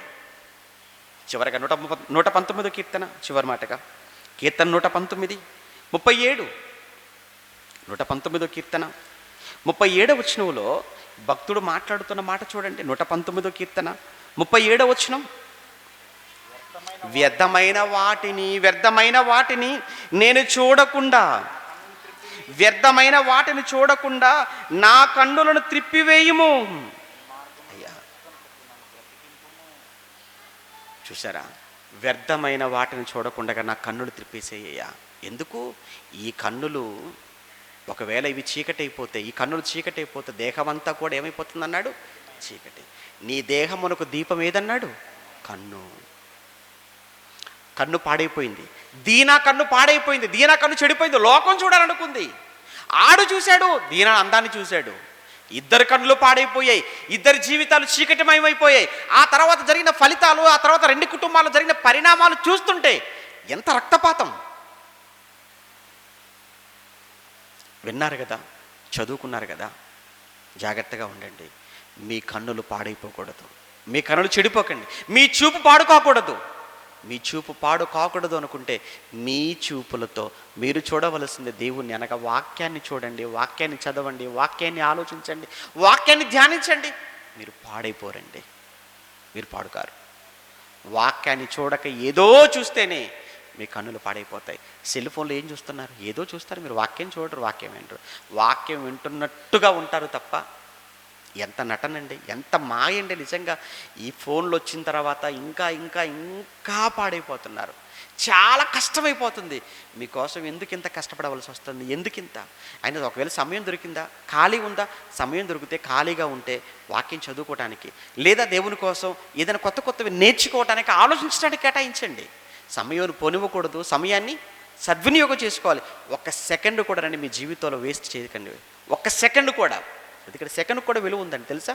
సెకండ్కి ఉంది, సెకండ్కే కాదు మిల్లీ సెకండ్కి కూడా విలువ ఉంటుందండి. మిల్లీ సెకండ్కు విలువ ఉంటుందా? దాని విలువ తెలియాలి అని అంటే పరుగు పందెంలో పాల్గొనే వాళ్ళని అడిగితే చెప్తారు వాళ్ళు. జస్ట్ అండి మిల్లీ సెకండ్స్లో నేను ఫస్ట్ ప్రైజ్ కోల్పోయి సెకండ్ ప్రైజ్లోకి వెళ్ళి చాలా ఫీల్ అవుతుంటాడు. ఒక్క సెకండ్ కూడా విలువ ఉంటుందండి. సెకండ్ విలువ ఎవరిని అడగాలి తెలుసా మీరు? త్రుటిలో ప్రాణాపాయం తప్పినట్లు వాళ్ళు ఉంటారు చూసారా? అన్నయ్య ఒక్క సెకండ్ అటు ఇటు అయిపోతే నా ప్రాణం, ఒక్క సెకండ్ అంతే. అంటే ఆ సెకండ్కి కూడా విలువ ఉందా? నిమిషం ట్రైన్ మిస్ అయినా, ఫ్లైట్ మిస్ అయినా బాధపడే మన కళ్ళ ముందు అలా వెళ్ళిపోతుంటే ఎలా ఉంటుంది? అయ్యో ఒక్క నిమిషం ముందు వచ్చుంటే బాగుండేది. నిమిషానికి విలువ ఉన్నప్పుడు, సెకండ్కి విలువ ఉన్నప్పుడు, మిల్లీ సెకండ్ కూడా విలువ ఉంటే మీరు సమయం ఉంది కదా అని బురుజు ఎక్కొద్దాం, పార్క్కి వెళ్ళొద్దాం, అది ఎక్కొద్దాం, అవసరమా ఇవి? అంత ఖాళీగా ఉన్నారా? అక్కడికి వెళ్ళే కదా శోధనలో పడిపోయింది, అక్కడికి వెళ్ళే కదా దీన తప్పిపోయింది, అక్కడికి వెళ్ళినందుకే కదా పాడైపోయింది, అక్కడికి వెళ్ళినదే కదా అండలు హంతకులయ్యారు, అక్కడికి వెళ్ళినందుకే కదా శకములో నరమేధం జరిగింది. సమయాన్ని పాడు చేశారు, సమయాన్ని వేస్ట్ చేసుకున్నారు. ఈ 2 రోజులు, ఈ 2 దినాలు మీకోసం అండి. ఎంత కష్టం అండి. పాపం నా తమ్ముడు డానీ చెప్తున్నాడు, నాకు చాలా బాధ అనిపించేసింది. వేల రూపాయలు అండి, లక్షల రూపాయలు దాటిపోయాయండి ఈ ఖర్చు. ఏమండి మీరు ఇచ్చేదంతా మీరు ఎంతమంది ఇచ్చారో కూడా తెలియదు. మరలా 100 రూపాయలు కూడా చాలా కష్టం అయిపోయి 100 రూపాయలు కూడా డిస్కౌంట్ ఉంటుందని అడుగుతున్నారు. అటు 100 రూపాయలకు, ఇప్పుడు 100 రూపాయలకు కూడా డిస్కౌంట్ కావాలా మీకు? మరి ఏంటండి, మెడికల్ షాప్కి వెళ్తారు, డిస్కౌంట్ అడగండి అక్కడ చూద్దాం. మెడికల్ షాప్ డిస్కౌంట్ అడుగుతాం, నోరు మూసుకొని గట్టి తీసుకొచ్చుకోవాలి అంతే, తప్పదు. ఏంటి ఇక్కడ 100 రూపాయలకి ఏం డిస్కౌంట్? 10%, 90 రూపాయలు కడతావా? అయితే 10% ఇవ్వమంటావా? 50%, 50 రూపాయలు కడతావా? 100 రూపాయలు కూడా కట్టలేరండి. మీకోసం లక్షల రూపాయలు, మీకోసం అండి. ఇక్కడ కూర్చున్న వాళ్ళు ఎవరి కోసమో కాదు, పెట్టిన వాళ్ళు వాళ్ళ కోసమో కూడా కాదు, మీకోసం వాళ్ళ ఖర్చులన్నీ తగ్గించుకొని వాళ్ళకు కూడా పెట్టిన దాన్ని మీ పైన పెట్టుబడిగా పెట్టి ఎందుకు చేయాలి చెప్పండి? దీనికి ఏమైనా చేయుతనిస్తున్నారా? 100 రూపాయలు ఇవ్వని మీరు 1000 రూపాయలు ఏమైనా ఇవ్వగలరా? ధనాన్ని ఇవ్వలేని మీరు మీ ఆరోగ్యాన్ని ఇవ్వగలరా? ఆరోగ్యాన్ని ఇవ్వలేని మీరు రేపు దేవుడి కోసం మీ ప్రాణాన్ని ఇవ్వగలరా? మరి ఇవ్వలేనప్పుడు ప్రభు మిమ్మల్ని ఎందుకు లేపాలి, పరలోకాన్ని ఎందుకు తీసుకుని వెళ్ళాలి? ఈ చిన్నవి చేయలేరా? చిన్న సహాయాలు కూడా మీరు ఇవ్వలేరండి. చాలామంది ఇస్తామన్నారు పాప, ఆఖరికి వచ్చారికి అందరూ చేతులు ఎత్తేసారు. పాప భారం అంతా కూడా కొద్దిమంది మీద, పాప వెంకటేశ్వరరావు అన్న, అలా ఆయనతో పాటు మరి కొంతమంది, చాలా కొద్దిమంది. ఆలోచించండి. మీరు ఏదైనా చేయగలిగితే చేయండి. కనీసం మీ మీద పెట్టింది ఒక 100 రూపాయలు రిజిస్ట్రేషన్ చేయొచ్చు, అది కూడా మరీ కష్టమా? ఇది కూడా చేయలేరు. కానుకలు కూడా మీకోసం ఏం పట్టట్లేదు కదండి. ఇంత విలువైన మాటలు, ఇంత విలువైనటువంటి జ్ఞానాన్ని మీకు ప్రకటిస్తుంటే, బోధిస్తుంటే, అంతా మీ తీసుకొని వాళ్ళు చేస్తుంటే ప్రిన్సిపల్స్గా మీరు చేయగలిగింది ఏముంది చెప్పండి? మీరు చేయగలిగింది ఏముంది చెప్పండి? ప్లీజ్, మీరు ఎవరైనా ఏదైనా చేయాలనుకుంటే చేయండి. కార్యక్రమం కోసం మీరు ఎవరైనా సహాయం చేయాలనుకుంటే చేయండి. మీరు చేస్తే వాళ్ళు భవిష్యత్తులో మరొక్కసారి చెయ్యాలి, మరలా ముందుకు రావడానికి అవకాశం ఉంటుంది. ఇంతటితో వాళ్ళు ఇంక ఈ అప్పే తీర్చుకోవడానికి కొంతకాలం పడితే మరలా అప్పు చేయాలంటే వాళ్ళకి భారంగా ఉంటుంది కదండి. మీరు ఆలోచించండి. ఇప్పుడు ఈ కార్యక్రమం చేసినందుకు అప్పుల్లోకి వెళ్ళిపోతారు 100%. మళ్ళా చేయాలి అని అంటే ఈ అప్పే తీరలేదు, మళ్ళా చేయాలంటే ఎలా అని వాళ్ళు ఆలోచిస్తారు కదా. కనీసం మీరు తోచిన, మీకు చేతనైనది మీరు చేయగలిగితే కొద్దో గొప్ప అంటే కొంతకాలంలో మళ్ళీ తీర్చుకుంటారు. మరొక సంవత్సరానికో లేదా మరికొన్ని నెలలకో మరలా వెంటనే మీకోసం మళ్ళీ ఈ కార్యక్రమం చేయడానికి వాళ్ళు ముందుకు వస్తారు. ఇది లాభం వచ్చే కాదండి, నష్టపరుచుకొని చేసే కార్యక్రమం. నష్టపరుచుకొని ఆలోచించండి ప్రేమ దేవుని పిల్లలారా. యవనస్తులుగా యవన బలాన్ని, యవన శక్తిని, మీ కష్టాన్ని, మీ కష్టార్జితాన్ని ఇప్పుడు కాకపోతే ఇంకెప్పుడు పెడతారు చెప్పండి? ఎప్పుడో పెడదాం, ఎప్పుడో చేద్దాం అనుకుంటారు. అప్పటి వరకు నువ్వు ఉంటావన్న గ్యారెంటీ నీకేమైనా ఉందా? నేడు అని సమయం ఉండగానే అన్నాడు కదా, నేడు అని సమయం ఉండగానే అన్నాడు. సమయమును పోనివ్వకండి, సద్వినియోగం చేసుకోండి అన్నాడు. జరుగుతున్న ఈ కార్యక్రమానికి మీరు సహాయం చేసే సమయం ఇదే. కనుక ఈ సమయంలో మీరు చేయగలిగిన సహాయాన్ని చేయుతనిచ్చి ఈ కార్యక్రమానికి మీరు సహకరించండి. ఓకే, ప్రార్థన చేసుకుందాం. ప్రేమ కలిగిన మా కన్న తండ్రి, మీకు వందనాలు. మీ పిల్లలకు చెప్పవలసిన, నేర్పించవలసిన సంగతులను ఏదీ దాచుకొనక మీ పిల్లలపై ఉన్న ప్రేమతో ఈ సంగతులు తెలియజేస్తున్నాను. మీ పిల్లలు విని కేవలం నాయన వారు ఆనందించేవారుగా కాక అర్థం చేసుకొని వారి జీవితాలను విన్న వాక్యానుగుణంగా మలచుకొని మీకు ఇష్టమైన పిల్లలుగా, మీకు యోగ్యులుగా వారి జీవితాలను త్రిప్పుకొని బ్రతుకుటకు కృప చేయమని కోరుతున్నాం. ఈ కార్యక్రమానికి ముందుండి కారకులైన మీ పిల్లలకు ఉన్న ఆర్థిక కొరతను మీరు తీర్చండి. మీ పిల్లలు విన్న మాటలతో స్పందించి ఈ కార్యక్రమానికి వారి వంతు సహాయ సహకారాలు అందించినట్లుగా కూడా కృప చేయమని కోరుతూ, తిరిగి రాత్రికాలం జరిగేటువంటి సదస్సులో కూడా తోడుగా ఉండి మరిన్ని విలువైన సంగతులు మీ పిల్లలు తెలుసుకోవడానికి కృప చేయమని కోరుకుంటూ క్రీస్తునామని ప్రార్థన అడుగుతున్నాము తండ్రి. ఆమెన్.